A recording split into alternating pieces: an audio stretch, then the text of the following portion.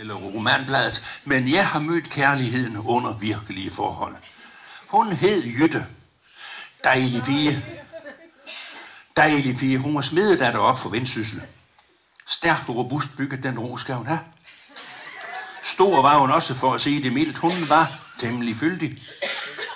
En landmand ville nok alligevel have sagt, hun er et pænt stykke over slagterinoteringen.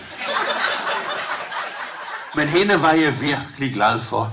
Og jeg kan da huske, altså, da hun sådan viskede ind i mit øre, Hugo, jeg elsker dig. Og jeg skyndte mig at viske tilbage. Det gør jeg også. Det var så smukt. Og når vi sådan gik tur hånd i hånd i byens gader, min ret lille hånd ind i hendes store barkede næve, så troede hun gik sådan og kiggede bly ned i fortovet, men så kunne hun godt sige, det er sgu nok flyveren fra København. For der var noget med hendes øjne. Samtidig med, at det ene øje kunne kontrollere, at alle fortovslæser lå som de skulle, så med det andet øje, der kunne sige, der kommer sgu en flyver. Det var fantastisk. Det var svært at se hende dybt i øjnene. Man var jo pisket til at tage et øje ad gangen. Enten det, der kiggede nedad, eller op og stå på en ølkasse for at få fat i det andet. Men altså, men hende var jeg virkelig glad for. Og jeg havde også regnet med, at jeg nok skulle leve resten af mine dage sammen med hende. Men nej. Hun kom og gjorde det forbi en dag, som hun sagde, hun mente, vort forhold burde høre op. Det ville alligevel aldrig føre til noget. Og så forlod hun mig. Min tilværelse brasede fuldstændig sammen. Jeg mistede enhver form for livsgnist. Selv min appetit, det ellers aldrig har fejlet noget, den visnede totalt. Jeg sad bare nede på min køje, stirrede trist frem for mig. Dem jeg sejlede sammen med, de kom ned og sagde, slap sgu da af, mand, det vrimler med kvindfolk. Det er mig muligt, sagde jeg, men for mig er der kun Jytte. Skibskokken, han kom ned med en halv frisk pakke dagmatert. Han viste sig sat stor pris på dagmatert. Hold den der halv dagmatert hen under snuden på mig. Skål, har du dagmatert? Nej tak, sagde jeg. Lad mig visne i fred. Og kloakorle, han kom ned som en anden verdensmand og slog ud med armen og skrålede. Tiden leve alle sår. Og så lignede han sådan en rigtig videnskabsmand, og det var han overhovedet ikke. Og jeg sagde til ham, det kan godt ske, kloak, at tiden læger alle sår for sådan nogen som dig, men ikke for mig. Nej, min tilværelse lakker mod enden. Men kloakorla var en stor menneskekender. Det der med tiden læger alle sår, det tror man jo ikke på, når man selv sidder i situationen. Men det gør den. Det er fuldstændig rigtigt. 2 timer og 20 minutter senere, der fandt jeg en ny.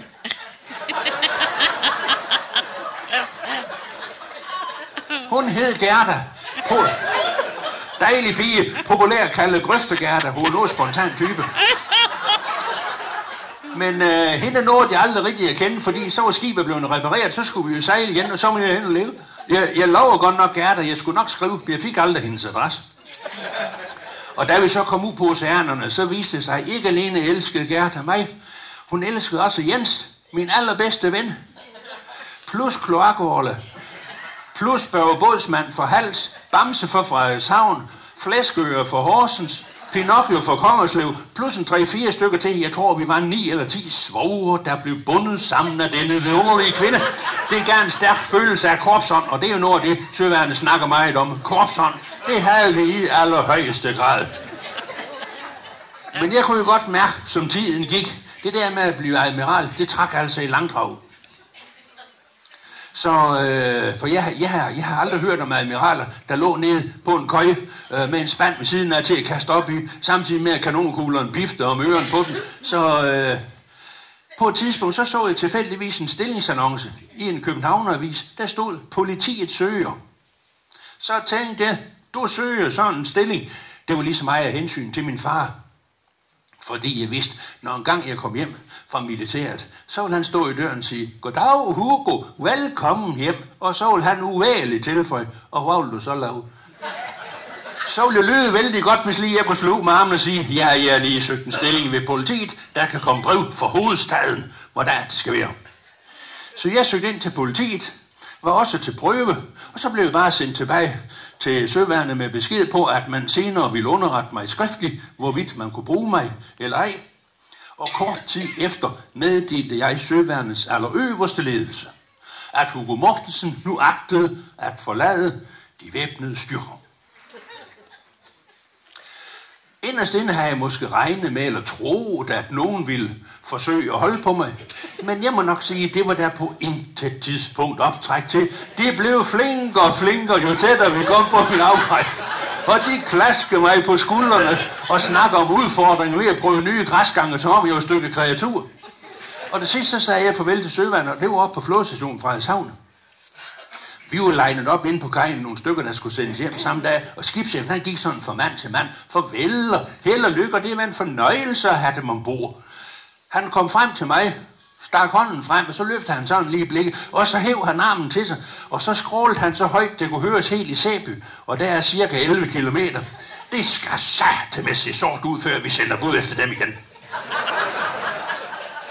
Det tog jeg som udtryk for, at man fra søvandets side ikke ville ulejlige Hugo Mortensen med bagateller, og så drog jeg ellers hjem til mine forældre, og så tror jeg altså, Vibeke, vi holder vores pause nu, så vil jeg også komme til kræfter oven på alt det her snak om kærligheden, fordi det napper stadigvæk så voldsomt i min sjæl.